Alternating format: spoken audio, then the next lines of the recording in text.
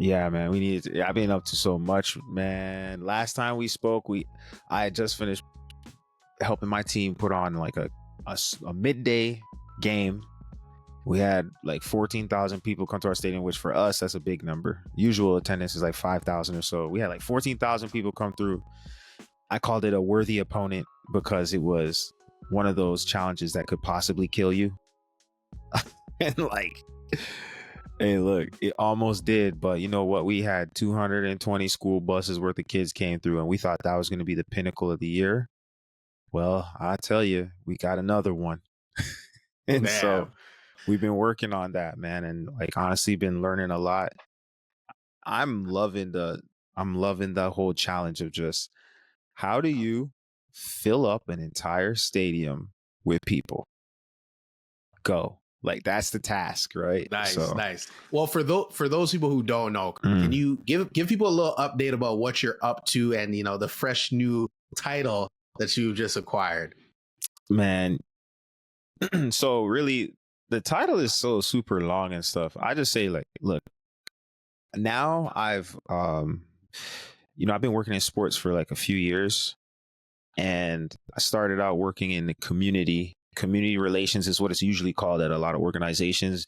Experiential marketing, really, like putting on events, camps, clinics, seminars, pop-ups, autograph sessions, photo shoots, players going to banquets, golf tournaments, all kinds of live engagement, interaction, getting people in touch with the brand up close and personal.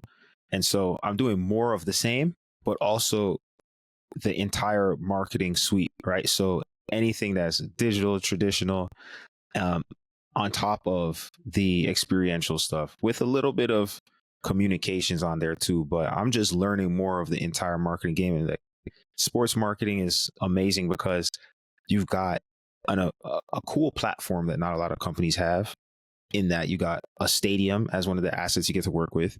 Then you have a roster full of like quote unquote influencers, all with their own different following and personality to leverage. And then you have to find cool stories to tell so that outside of the game day or the match day, people are excited about your brand and engaged. So it's been a crash course. Obviously, marketing is marketing, right? It's how do you get people interested, excited, intrigued? But how do you do that when you're not selling a product, really? You're selling an event. And each event, you sell it and then you got to reload. So yeah, now I'm senior director of marketing. And so all the challenges that come with that, I'm loving it, dude. It's interesting that you say you're selling an event, but I still see it as a product because you mentioned you're selling you got to create stories, and the story is the product. The feeling that people get from engaging with the CFL, engaging with their favorite team, that too in itself is a product, right? So it's interesting that you talk about the experiential side, but then you're also talking about the story. Yeah. And I think people need to understand that, like, you've been doing this. Like, you've been doing this for a very long time. While you were playing in the CFL, you were experimenting with marketing. You were getting into the nitty gritty of digital marketing before people were even calling it digital marketing. Yeah, we started up an agency, and even before the agency, that was the main way of like starting on the business. I don't know if it was a whole episode or if it was a blog post or something. We were talking about 6-figure sports camps. Like that was built on the back of internet traffic. It was getting people, building awareness through whether it was organic or paid social, blogging, vlogging, YouTube, Facebook back in those days, like mid-teens, like 2015, 16, 17. But yeah, man, and the product then and the product now are very similar. Like you mentioned, the product then was football skills. And then the product evolved into more of like a service of teaching people how to replicate what I did in driving traffic to that place. And then now the product is entertainment, so trying to get people, hey, look, why don't you come out here and enjoy a weekend with us? People think that it's sports and entertainment, and it's usually these days it's got to be entertainment and sports, meaning what else can I do? I want to go see a game, but if it's not playoffs, NBA, then when I go, if I'm not 100% glued to my seat the entire time, like there's got to be something in the stadium for everybody to experience. So now I'm learning how to tell all those stories too. It's like just identifying who's really your customers and then building those storylines to tell them and getting everybody excited about something. I want to talk about something else real quick. Talk to me. So I don't know if you've heard about this thing. It's called Club 1899 Front Row Experience. Have you heard about this? No. So there's a team. I heard about this on a Joe Pompliano podcast, Mhm. and he talks about sports. So there's this team, AC Milan, and they have the fastest growing soccer team in the world. Okay. Like speaking about revenue and all those kinds of things. And they just created this product, which is a sideline front row seats that is supposed to be just like going to an NBA game, but for soccer. Yeah. So the team, they come out of a tunnel that is actually underground. They come up these stairs and then enter the field. And there's like a glass wall. And right behind that glass wall is where you get to sit. So you can see the field from just a couple of yards away, or the pitch, as they call it. Yeah. And they made it so it's invite only. So really only top-notch celebrities and famous people are actually down here for now. Yeah. But when you do get a chance to go to this game, it's gonna be like how when you see Jack Nicklaus and when you see Spike Lee at these um NBA games, it's gonna be like that. Is you're finally gonna be able to watch um these soccer matches like the same way how you could watch an NBA game in Europe, and it's not something that they've had before. And it looks sick. What do you think about these sports teams and how they're trying to create these experiences? Absolutely amazing. First of all, people's disposable income is only increasing, especially the people that are in the top 1%, top 10% that are making a lot of money, and they want to spend it. After we just came out of COVID and everything was locked in, everybody wants to go outside and have a good experience. And there's something to say about that exclusive VIP experience, and they will pay for it. So I think for a lot of teams that are growing, even teams that might be stagnant but want to create an additional revenue stream, I think these type of experiences are key, because I've always wanted to sit front court, and I've been very close. I've been like, I Mm. think two or Row three seven, rows, oh, row like two. even two. Yeah, yeah. My one year, my company paid for me to sit, like, I'm pretty sure it was like 3 or 4 rows. Like, I saw Kyrie, I could have just like reached over and dapped him. Like, I was very close, Mm. and it was a great experience. And I would love to get that experience again, but be like right on the court. And so Yeah, I think with this, when you're so close to the pitch, you're so close to the players, it's a completely different experience when you're locked off. You're getting that VIP experience, and it's a status symbol. it's a Everybody's status like, symbol. those guys, Yeah, they're doing something. So I think that's a huge opportunity for clubs and any type of sports team to create not only an exclusive experience, but to create even more diehard fans. yeah. And so from this website, the acmilan.com, Mhm. it says a first ever for a top European club. This initiative solidifies AC Milan's ongoing commitment to creating new and unforgettable experiences immersed in the newly redesigned exclusive area of the stadium.